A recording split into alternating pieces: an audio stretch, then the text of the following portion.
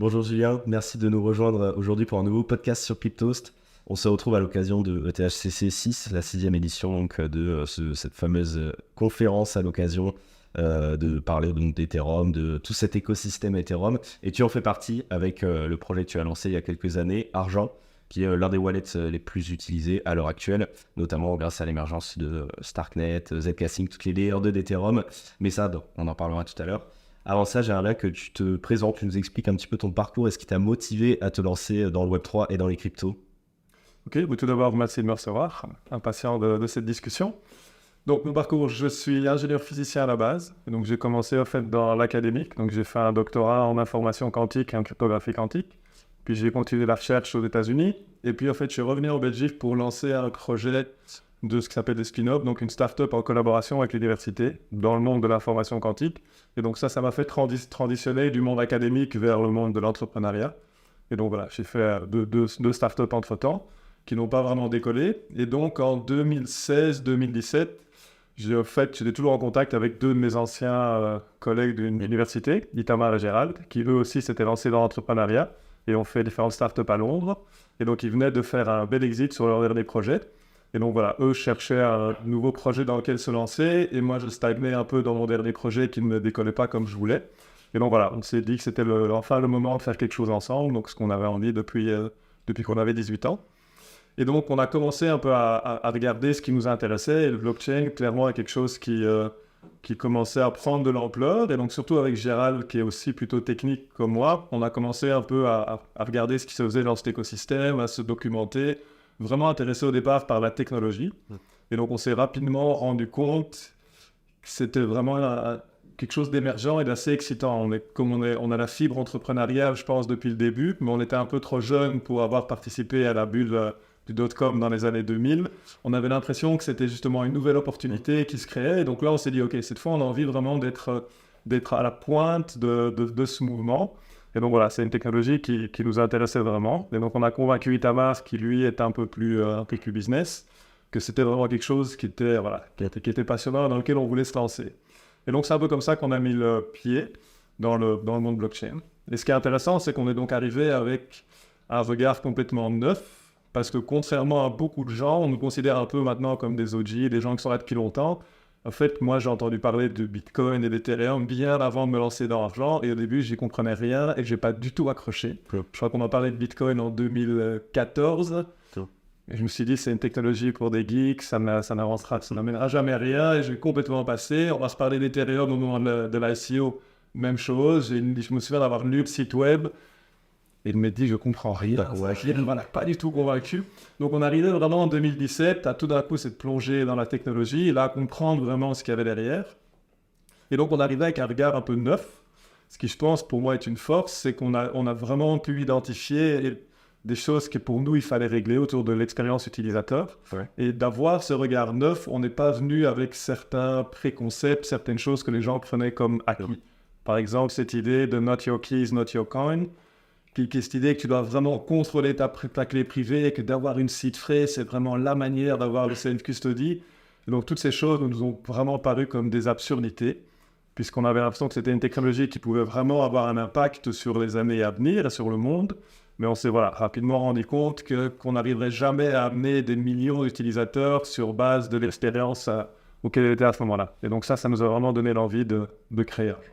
Ah, ok. Donc, c'est comme ça que vous avez créé Argent avec du coup toi ton côté très technique, tu as fait de la cryptographie auparavant et donc un de tes collaborateurs qui est aussi très technique et le troisième qui est plutôt ton côté business. Exactement. Donc ouais, une belle équipe.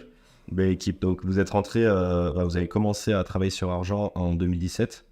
Quand est-ce que s'est lancé concrètement le portefeuille? Alors on a commencé à travailler sur un premier proof of concept donc en 2017. On a vraiment levé des fonds et créé la boîte vraiment le 1er janvier 2018. D'accord. Je pense qu'il a fallu 2 mois avant qu'on ait un produit en bêta, qu'on a pu commencer à faire tester par certains utilisateurs. Ok. Et donc, comme on dit, Argent, c'est un portefeuille numérique qui permet d'interagir avec les blockchains. Justement, qu'est-ce que c'est concrètement Argent? Comment ça fonctionne? Quelles sont les blockchains avec lesquelles on peut interagir si on est utilisateur de l'argent? Alors nous, on s'est lancé vraiment à l'époque, il y avait Bitcoin et Ethereum. Et donc, nous, on était vraiment convaincus qu'Ethereum était le blockchain le plus intéressant. Parce que, comme je disais, on est arrivé avec cette idée de vouloir permettre à monsieur et madame tout le monde d'accéder au blockchain. Et donc, pour ça, on s'est dit, il faut vraiment améliorer cette expérience utilisateur et il faut essayer d'abstraire toute une partie de cette complexité.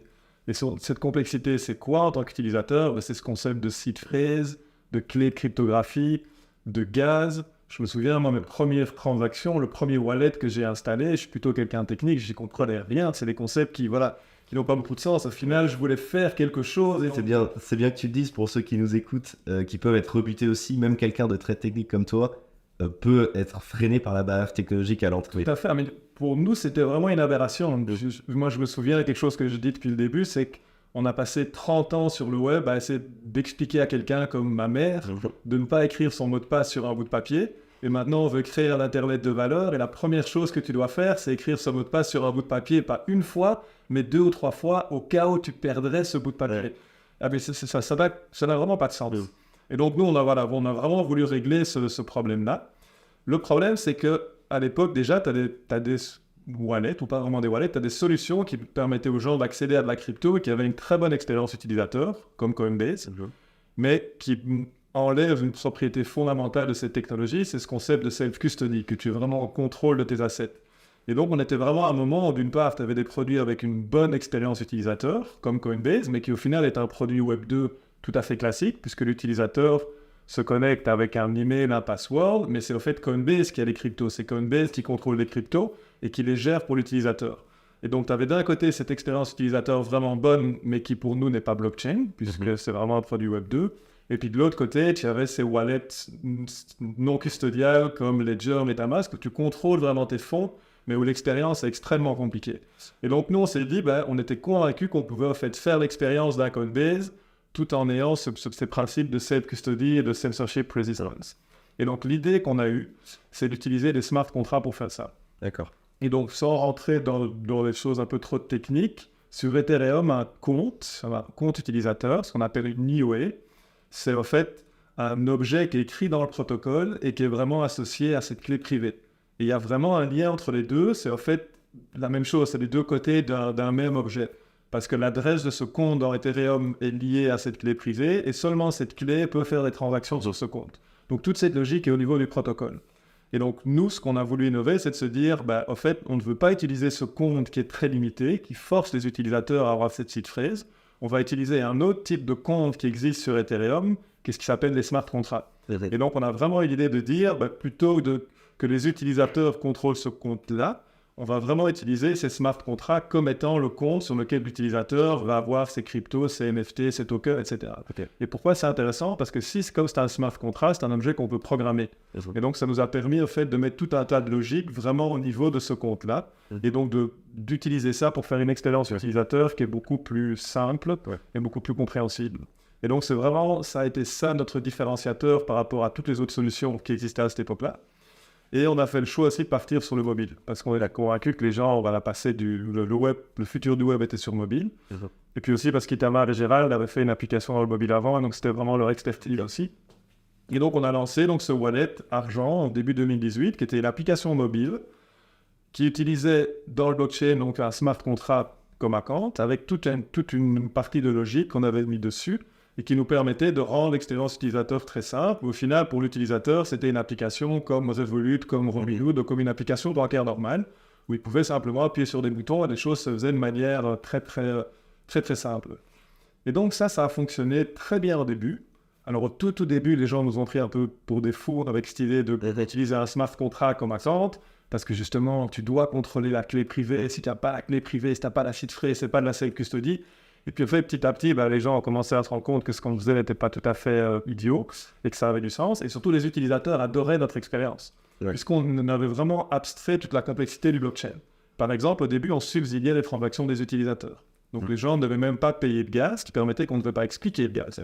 Et donc, voilà, on avait donc cette super expérience utilisateur. Les gens achetaient l'argent de plus en plus. On avait une belle croissance, tout était super. Et puis, en 2020... le blockchain a commencé à être vraiment congestionné, c'est-à-dire qu'il y a de plus en plus de gens qui ont fait des transactions. Et comme comme ils ont fait de plus en plus de transactions, le coût des transactions ont commencé à devenir cher. Et donc, en fait, les coûts d'utilisation d'un wallet non custodial ont commencé à exploser. Puisque sur le blockchain, tu dois payer pour tes transactions. Donc, même si nous, on le payait pour nos utilisateurs, ça a commencé à nous coûter extrêmement cher. Et donc, voilà. On s'est rendu compte à ce moment-là, en fait, qu'Ethereum était la bonne plateforme technologique, mais que ça ne scalerait pas assez. Ce n'était pas une bonne base pour, en fait, atteindre notre vision, qui était de permettre à des millions et des centaines de millions de personnes d'utiliser ces technologies. Donc, on était, voilà, à ce moment, on s'est dit, notre approche, notre modèle, notre expérience était la bonne, mais malheureusement, sur Ethereum, aujourd'hui, sur le layer 1, ça ne marche pas.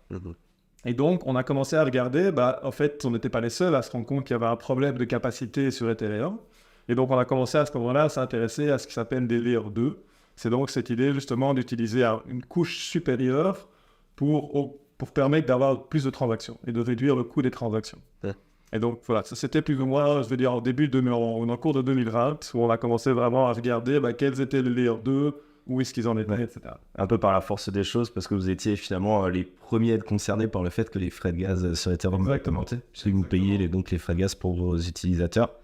Vous êtes arrivé quand même donc très très tôt sur ce sujet des Layer 2 qui aujourd'hui font l'actualité très souvent. On connaît énormément de Layer 2, on connaît leur importance. Vous, en 2020, c'était plus compliqué de vous positionner. C'était un pari assez risqué. Est-ce qu'aujourd'hui, ça a payé, ça vous a permis de développer votre base d'utilisateurs ? Alors, est-ce que ça a payé? C'est encore un peu tôt pour le dire, parce que de manière générale, le blockchain reste encore un peu tôt. Mais oui, je pense que, de nouveau, on est un des premiers projets avec un peu de visibilité à s'être positionné, à dire, nous, on va investir sur ces layers 2-là et pas sur ceux-là. Et à expliquer pourquoi, donc à prendre, entre guillemets, un certain risque aussi.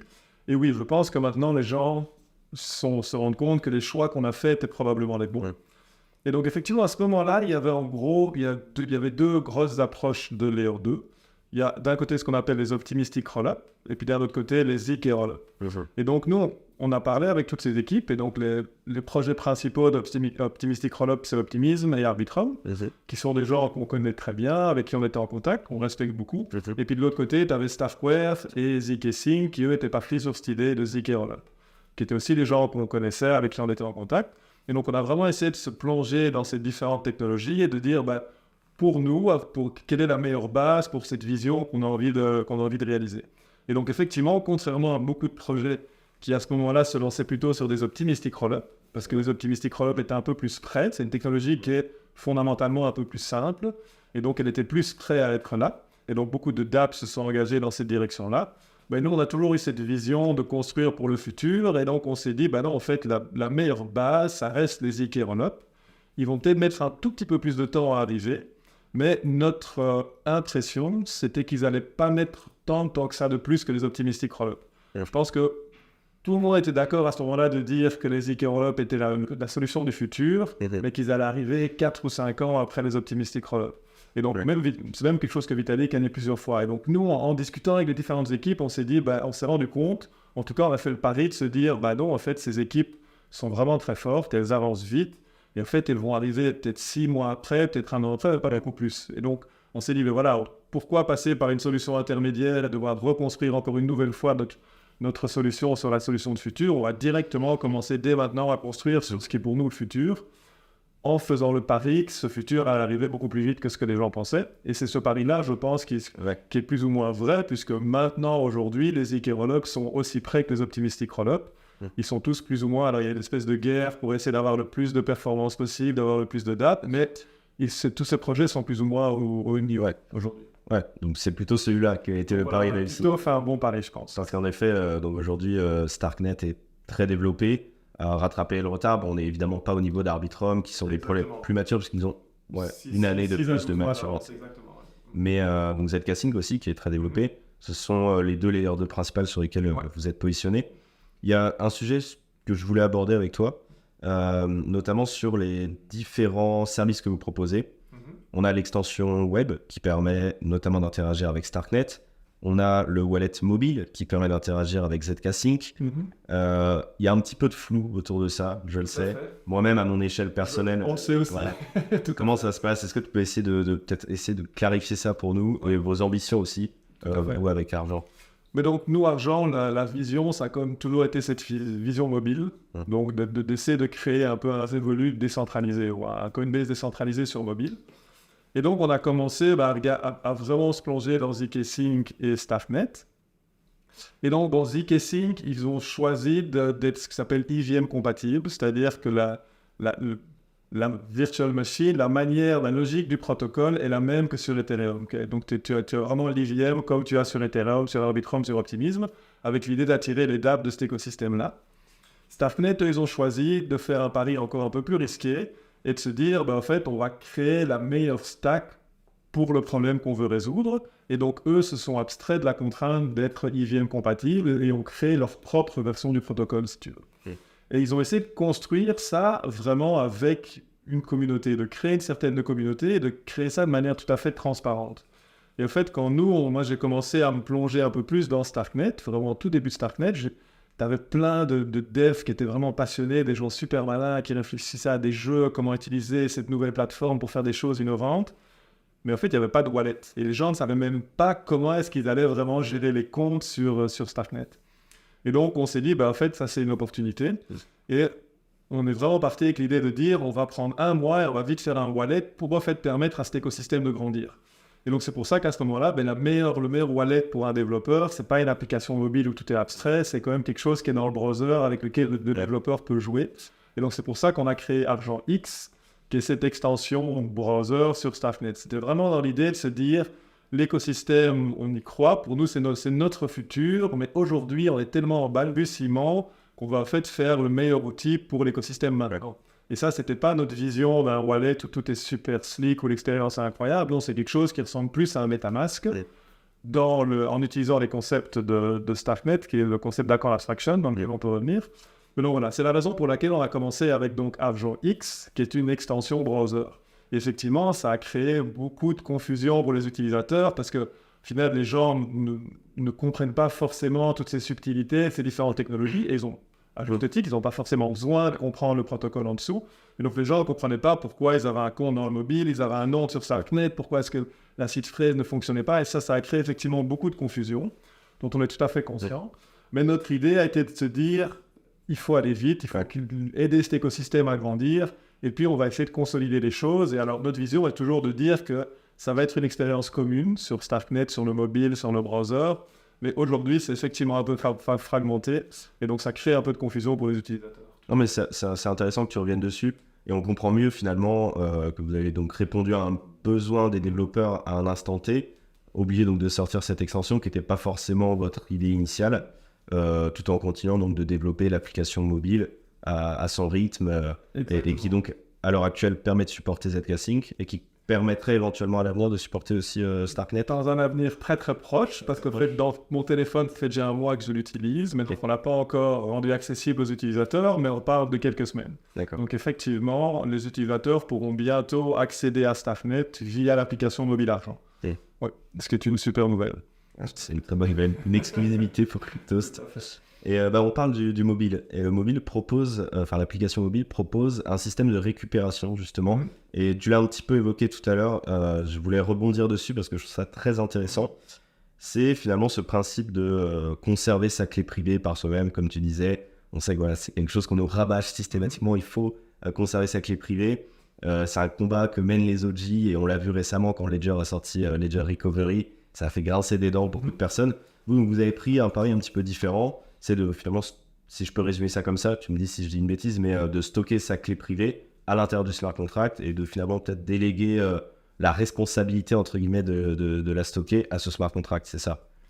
C'est un tout petit peu plus compliqué que ça. Je vais essayer de l'expliquer sans devenir trop technique, mais l'idée c'est comme le compte est un smart contract, on programme ce smart contract avec une clé principale, qui généralement est sur le téléphone, et on dit cette clé-là, en fait, elle peut signer les transactions, et le smart contract va reconnaître ces signatures et va exécuter l'opération. Par exemple, tu veux transférer des assets, tu veux minter un NFT, donc ta clé sur ton téléphone va signer la transaction, va l'envoyer à ton smart contract, le smart contract va dire « Ah bah oui, c'est bien la clé qui est autorisée à le faire », et va exécuter l'action. Le problème, c'est qu'est-ce qui se passe si tu perds cette clé. Et typiquement, dans le monde classique, tu dois avoir donc cette seed phrase qui est une manière de décrire cette clé, si tu veux. Et donc, nous, c'est l'expérience qu'on voulait enlever. Et donc, ce qu'on a fait, c'est que dans ce smart contract, on a programmé avec une deuxième clé. Et cette clé-là, elle peut pas signer des transactions qui vont transférer les tokens, qui vont transférer les assets. Elle peut quasi rien faire sur le compte. Mais dans la logique du compte, elle peut faire une chose, c'est reprogrammer le smart contract avec une nouvelle clé principale. Ok. Et ça, c'est ce concept qu'on a appelé des guardians. Et donc, l'idée, c'est que le jour où tu perds ton téléphone, tu as perdu ta clé principale. Tu vas en fait contacter l'entité qui joue ce rôle de guardian, qui contrôle cette deuxième clé. Tu vas lui dire, écoute, c'est bien moi Lilian, je suis le vrai propriétaire de ce compte. Est-ce que j'ai réinstallé l'application, j'ai une nouvelle clé principale, est-ce que tu peux l'autoriser sur mon smart contract? Et donc ça, c'est vraiment ce concept de recovery qu'on a appelé social recovery, parce qu'à la base, l'idée du protocole, c'est que tu peux avoir plusieurs guardians et que collectivement, ils doivent exécuter cette opération. Okay. Mais ça, c'est l'idée vraiment de ce concept de recovery, c'est de dire que tu peux retrouver accès à ton compte sans avoir besoin d'écrire cette petite phrase et de garder vraiment une trace de cette première clé, simplement en utilisant donc ces guardians pour te redonner accès à ton compte. Ouais, parce que quand on télécharge un compte, quand on crée un compte sur le wallet mobile, on a automatiquement ce dossier qui va se créer avec tout le système de récupération. Donc aujourd'hui, ça dépend, mais de manière simplifiée, aujourd'hui, tu as de base un guardian qui est stocké, que nous, on gère pour l'utilisateur. D'accord. Et ce guardian, il va faire son action en demandant à l'utilisateur de s'authentifier par email et par SMS. Ouais. Donc on vérifie que l'utilisateur est bien le vrai propriétaire du compte en vérifiant son email et un code qu'on envoie par SMS. Et si l'utilisateur réussit ces deux challenges, le service va envoyer cette transaction. Après ça, de nouveau, sans rentrer trop dans les détails, c'est pas parce qu'on a cette clé qu'on a quelconque contrôle sur le compte de l'utilisateur. Ouais. Donc l'utilisateur, avec la clé principale, reste le vrai propriétaire du compte. Et donc cette clé, d'une part, elle ne peut que faire cette action de recovery, mais surtout l'utilisateur reste en contrôle. Donc les utilisateurs avancés peuvent très bien en fait changer cette clé guardian et mettre par exemple un ledger que eux contrôlent et mettre dans un compte en banque. Donc l'utilisateur a vraiment le contrôle, mais pour l'utilisateur lambda ou principal, eux sont très contents de faire confiance à Argent et donc eux vont utiliser ce service que l'on fournit. Mais ce qui est important, c'est que tout ça est vraiment programmé dans le smart contract au niveau du protocole. Ouais. Donc finalement, en tant qu'utilisateur, on a le choix entre cette solution entre guillemets de facilité et décider de totalement reprendre la main quand même sur ces cryptos et de changer ce guardian. Exactement. C'est quelque chose qui pour nous est très important chez Argent, c'est qu'on veut être pragmatique et donc on veut une bonne expérience pour les utilisateurs, mais on veut vraiment que les gens restent en contrôle parce que la beauté et la puissance du blockchain, c'est que les gens contrôlent vraiment leurs assets, contrôlent vraiment leur identité on-chain. Et donc on propose des solutions simples pour la plupart des utilisateurs, mais les gens qui le veulent peuvent vraiment avoir un peu plus de contrôle. Donc c'est vraiment un trade-off ou un choix de l'utilisateur. Donc les gens peuvent passer par des choses un peu plus complexes, mais qui pour eux leur semblent un meilleur compromis. Par exemple, une chose qui est importante chez Argent, c'est que nous, on veut pouvoir disparaître en tant que société. Ça paraît assez bête, mais les gros problèmes qu'on voit avec tous les échanges centralisés, c'est que le jour où ils sont en faillite, les utilisateurs perdent tous leurs fonds. Et donc nous, chez Argent, on a vraiment de nouveau programmé ce compte pour que la société Argent puisse disparaître, parce que c'est des choses qui arrivent, mais les gens gardent toujours le contrôle. Et donc peuvent en fait sortir de l'écosystème Argent, ils vont garder leur smart contract, mais simplement ils vont pouvoir le contrôler avec des ledgers, avec autre chose. Et c'est intéressant que tu abordes le sujet de société, puisque je voulais justement te poser une question là-dessus. Récemment, il y a eu des actualités autour notamment de MetaMask, qui est le plus gros portefeuille à l'heure actuelle, le plus utilisé en tout cas. Quelques problèmes notamment de résistance à la censure, parce que leur société mère a obligation de se conformer à certaines réglementations. Comment est-ce que vous vous positionnez sur ce sujet de la censure ? Comme je le disais avant, c'est quelque chose sur lequel nous, on réfléchit beaucoup. Je pense que les choses sont toujours une question de compromis aussi. Mais donc, nous, notre philosophie a toujours été de dire que l'utilisateur doit avoir le contrôle final. Et donc, voilà, nous, en tant qu'Argent, en tant que société, on peut disparaître. Il doit exister une solution pour les utilisateurs pour reprendre contrôle de leur wallet sans avoir besoin de passer par notre application. Et donc, cette idée de censorship résistance, elle est fondamentale, je pense, dans tout le monde Web3 et dans le blockchain. Mais ça ne veut pas dire que les utilisateurs, parfois, vont pouvoir faire des compromis et se dire, en fait, moi, je vais, entre guillemets, pas permettre d'être censuré, mais je vais faire un trade-off un petit peu différent. Qu'est-ce que je veux dire par là ? C'est que, par exemple, une autre chose que nous, on a programmé dans le compte Argent, c'est cette idée de second facteur. C'est de dire, en fait, qu'on peut programmer ton compte de nouveau avec une autre clé qui va devoir co-signer toutes les transactions. Et pourquoi c'est intéressant? Parce qu'en fait, cette clé, on la met dans un service de fraud monitoring qu'on contrôle. Et donc, chaque fois que l'utilisateur va faire une transaction, le wallet va envoyer à ce service de fraud monitoring la transaction qu'il veut effectuer. Et ce service va pouvoir l'analyser. Tiens, est-ce que tu interagis avec un contrat qui a été flagué comme étant un scam? Est-ce que tu envoies beaucoup de fonds vers une adresse avec qui tu n'as jamais transacté, etc. Ce service va faire toute cette analyse.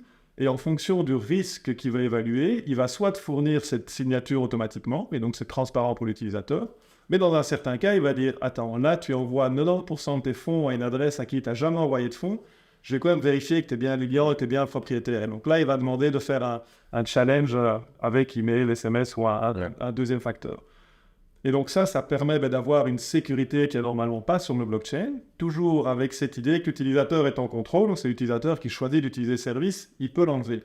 Mais évidemment, si par hasard le service tombe en panne, tout d'un coup, il ne peut plus envoyer cette deuxième signature.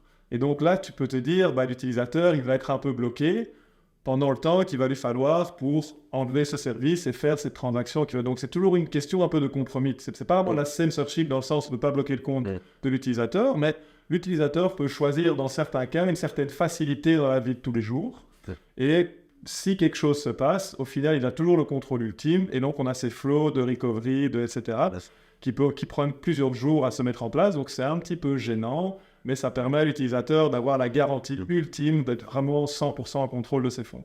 Et donc, c'est vraiment toujours cet équilibre entre permettre une très bonne expérience utilisateur, tout en permettant à l'utilisateur d'avoir au final 100% de contrôle de son compte.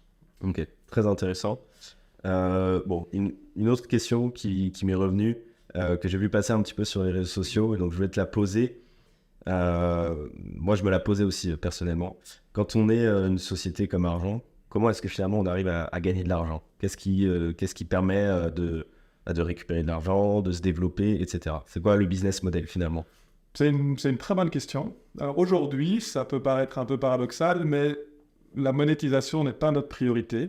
Nous, on a la chance d'être suivis par des investisseurs qui croient en notre vision. Et donc, notre priorité n'est pas vraiment de faire des revenus, mais c'est de se concentrer vraiment sur améliorer le produit et grandir notre base d'utilisateurs. Après ça, de manière générale, en tant que wallet, il y a différentes manières de faire des revenus. Et quand je dis que notre priorité n'est pas de faire du revenu, on fait quand même du revenu. Mais on n'essaye pas spécialement aujourd'hui d'être profitable ou de faire un maximum de revenus. Alors, il y a différents modèles, je pense, pour un wallet, pour faire des revenus. Il y a des choses assez simples, c'est le transactionnel. Par exemple, tu échanges des tokens avec un échange décentralisé. Généralement, cet exchange, il va prendre une petite fee. Donc, il va prendre une petite commission sur le swap du token. Tu peux imaginer que cette commission, elle va être partagée avec Argent, par exemple. Puisque nous, on apporte un client sur le DEX, le DEX va nous rémunérer pour ça. Et donc, c'est quelque chose qu'on fait aujourd'hui. Sur notre application L1, par exemple, on travaille avec Paraswap, qui est une compagnie française d'ailleurs. Et donc, eux, chaque fois que l'utilisateur va trader des tokens, il va swapper des Ethers pour du DAI, par exemple. Paraswap va prendre une petite commission, et puis cette commission, elle est divisée entre Paraswap et Argent. Donc, on voit que sur les transactions que l'utilisateur fait, on peut prendre une petite commission. D'accord.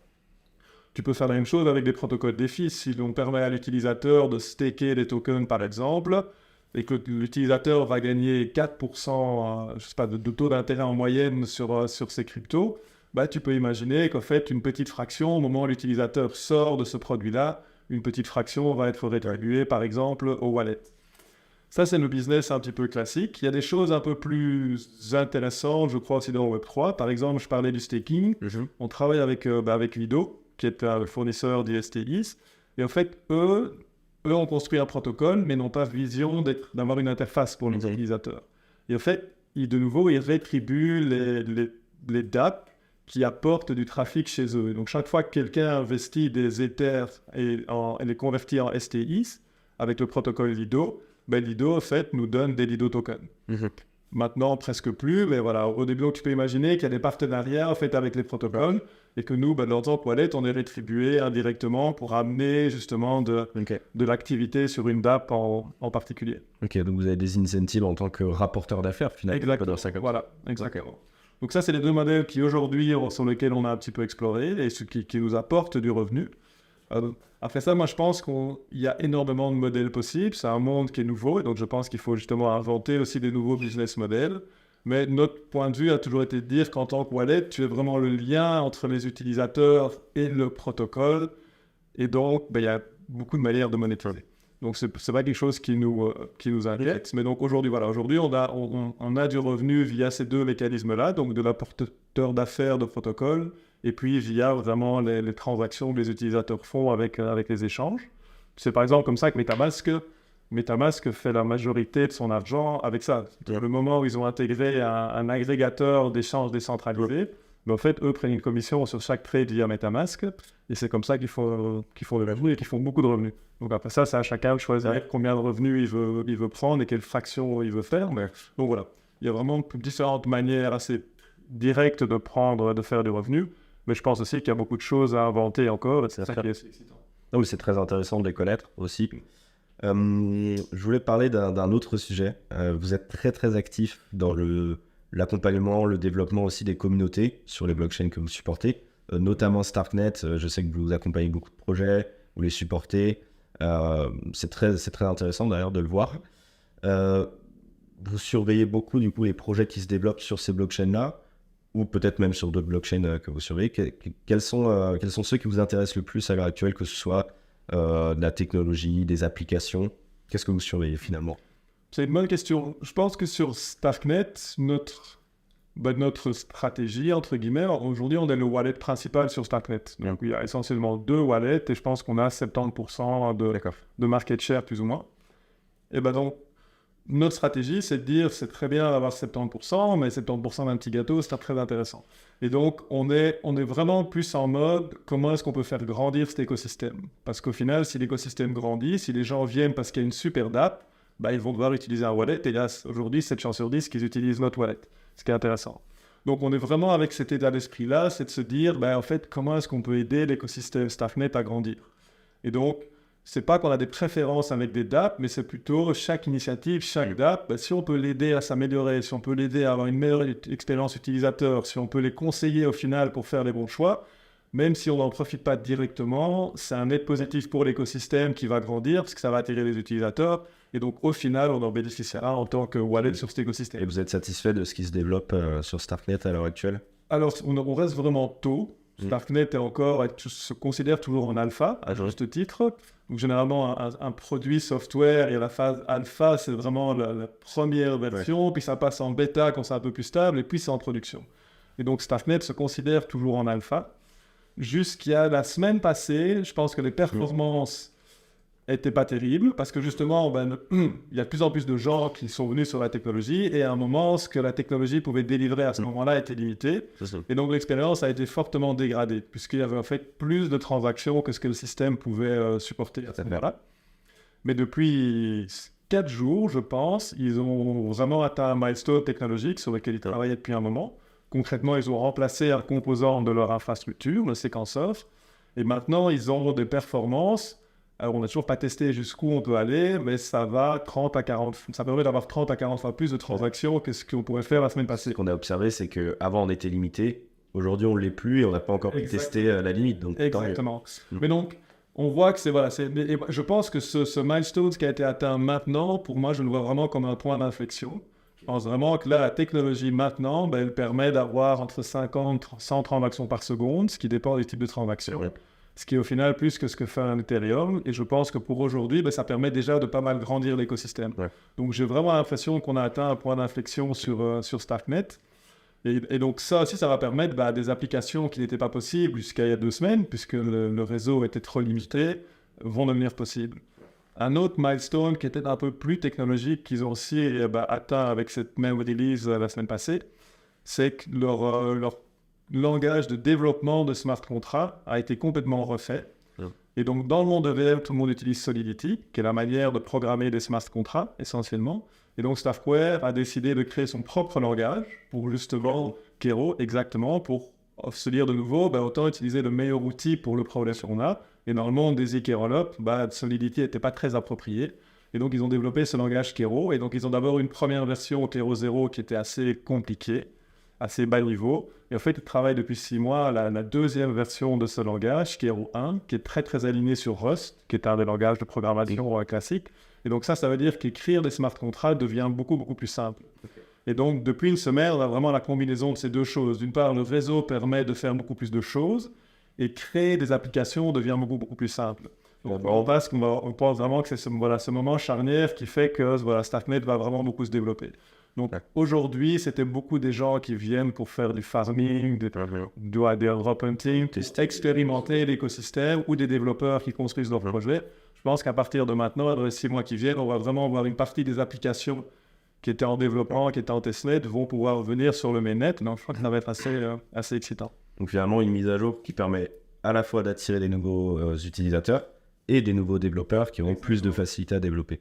Une grosse étape qui, du coup, évidemment, aura un impact pour vous, puisqu'il va falloir supporter plus d'utilisateurs maintenant. Et avant de terminer l'interview, j'avais une petite dernière question à te poser. Voilà, on parlait de StarkNet, tu parlais du fait que vous avez un peu moins de concurrence, 70% des parts de marché.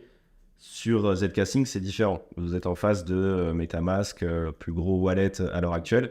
La stratégie est différente. Oui, je me rends compte que j'ai dit 70 parce que je suis belge, j'ai pas 70, mais j'avais compris, j'avais traduit. Tout à fait. Donc, en fait, une des choses qui pour nous était importante, je sais pas si je l'ai dit là tantôt, mais quand on a commencé à regarder ces Layer 2, on s'est dit qu'il fallait trouver un nouvel endroit sur lequel construire notre expérience. On voulait une solution qui puisse scaler les transactions par seconde, c'est-à-dire permettre au fait d'avoir beaucoup de transactions à peu de coûts, mais on voulait aussi une solution qui nous permettait de grandir, de réaliser l'expérience utilisateur qu'on voulait faire. Et comme on en a déjà discuté, Argent, l'account est un smart contract. Le problème, c'est que sur Ethereum, l'account de base, c'est cette IOE, c'est cette clé dont on a parlé. Et donc, on a toujours été un objet un peu différent. Ce qui veut dire que sur certaines dApps, on ne fonctionnait pas très très bien. Parce qu'elles construisent leur dApp en supposant que les gens vont venir avec un IOE et pas avec un smart contract wallet. Ce que StarkNet a fait de vraiment intéressant, c'est de dire qu'en fait, sur StarkNet, tous les comptes sont des smart contracts. Et donc, en fait, ils ont rendu le modèle d'argent, le modèle natif, ce qui fait qu'on est compatible avec toutes les dApps dessus. Et ça, c'est doublement intéressant parce que de un, notre modèle est le modèle par défaut, donc on peut enfin créer l'expérience qu'on veut. Mais aussi, ça veut dire qu'un MetaMask et ses wallets plus classiques, c'est complètement nouveau pour eux. C'est pour ça qu'ils ne viennent pas sur StarkNet. Une longueur d'avance. Voilà, on a une vraie longueur d'avance. ZK-Sync a toujours été aligné avec cette idée, ce qu'on appelle l'account abstraction, c'est l'idée d'utiliser des smart contracts comme account. Donc, c'est quelque chose qu'ils ont toujours voulu faire aussi. Mais en même temps, eux ont envie d'attirer le monde EVM sur ZK-Sync. Et donc, eux ont choisi d'être EVM compatibles, c'est-à-dire de suivre le standard de l'EVM. Mais donc, ils ont fait un petit peu les deux choses en même temps. C'est-à-dire que d'un côté, ils ont ce qui s'appelle Stackend Abstraction nativement. Et donc, nous, Argent, on peut créer des comptes qui sont vraiment des smart contracts au niveau du protocole. Mais en même temps, les MetaMask et les autres wallets fonctionnent aussi. Et les dApps peuvent vraiment prendre leur code d'un Optimism, d'un Arbitrum et venir le mettre directement sur ZK-Sync. Et ça a un impact effectivement sur Argent, puisqu'on se retrouve de nouveau dans un monde où les dApps, elles programment pour le monde EVM. Et donc, là, la beauté du monde EVM, c'est que tu peux prendre ton code de Ethereum, le mettre sur Optimism, Arbitrum et sur ZK-Sync sans devoir changer une ligne de code. Ça, c'est intéressant. Mais le problème, c'est qu'en faisant ça, certaines dApps restent incompatibles avec le modèle argent. Puisque même si elles pourraient en fait, bénéficier de cet account abstraction native sur ZK-Sync, elles ne le font pas parce qu'elles veulent utiliser leur code exactement comme ils l'ont prévu pour les autres chaînes EVM. Et donc, ça fait effectivement ce qu'on se rend compte, c'est quelque chose qu'on voulait tester, mais on se rend compte effectivement que notre adoption est beaucoup plus compliquée. Parce que d'une part, on lutte contre des MetaMask qui ont beaucoup plus d'utilisateurs que nous. Et surtout, en fait, il y a toujours certaines dApps avec lesquelles on ne fonctionne pas parce qu'elles continuent à programmer pour des wallets comme MetaMask. Et donc, aujourd'hui, on est sur les deux, StarkNet et ZK-Sync. On va un petit peu voir, mais clairement, on est un petit peu plus actif sur StarkNet parce que là, notre modèle fonctionne avec 100% des dApps, on a beaucoup plus d'adoption. Sur ZK-Sync, ça va être plus dur. Parce que d'une part, on lutte avec des wallets qui ont déjà beaucoup plus d'utilisateurs et surtout, on est toujours un modèle qui est un petit peu différent. Est-ce qu'il y a quelques milestones importantes à venir pour le projet, pour Argent, dont tu pourrais parler rapidement pour ceux qui nous écoutent, si ça les intéresse. Tout à fait. Comme je vous ai annoncé, on a l'application mobile dont on va supporter StarkNet sur le mobile. Ça, je trouve ça assez chouette. On est en fait en train de lancer un nouveau produit sur StarkNet aussi, quelque chose que je vais annoncer à HCC jeudi, elle s'appelle le Web Wallet. Et donc l'idée, c'est en fait de faire un wallet pour des utilisateurs Web 2 qui fonctionne exactement comme la manière dont on s'inscrit sur une application Web 2, mais qui derrière a vraiment le compte argent avec toute la logique de ces guardians du recovery. Donc c'est vraiment de créer une expérience utilisateur qui paraît 100% Web 2, mais sur le Web 3. Et donc ça, c'est quelque chose qui est fait déjà live sur certaines apps sur StarkNet. Donc j'invite les gens à aller essayer. Sur Brick, ils peuvent aller sur brick.protocol, je pense, le site web, mais la app qui s'appelle Brick. Je vais vous donner un lien dans 2 secondes qui permettra de les retrouver. Sur StarkNet ID aussi, sur AdNews, ça va bientôt arriver. Et donc, en fait, les gens peuvent se connecter avec un email et un mot de passe, tout simplement. Donc, c'est très, très simple. Top. Et donc, si les gens veulent explorer le monde StarkNet, on a fait un site web qui reprend la liste de toutes les DApp du monde StarkNet, ça s'appelle dappland.com, donc dappland.com. Et si vous allez dessus, vous verrez en fait la liste de toutes les DApp qui existent sur StarkNet, et donc ça permet justement d'utiliser ça pour commencer à explorer l'écosystème. Bon, encore une fois, vous jouez votre rôle de démocratisateur de l'écosystème. Bon, merci beaucoup pour le temps que tu nous as accordé, pour toutes ces explications. C'était super clair, super intéressant aussi d'aborder la vision de quelqu'un qui a créé un portefeuille. C'est rare de le voir. C'est un sujet qui est super intéressant. En plus, vous développez sur des technologies émergentes, d'avenir. Comme tu disais, les ZK, il y a de plus en plus d'utilisateurs qui s'y intéressent. Et donc d'avoir de la vision de quelqu'un qui s'y intéressait un peu avant les autres, c'est aussi très intéressant. Donc merci pour ça, merci pour ton temps. Et puis je te souhaite de profiter aussi de ta semaine à ETHCC et on se reverra peut-être sur un de tes panels. Avec plaisir, merci. Merci beaucoup. À bientôt.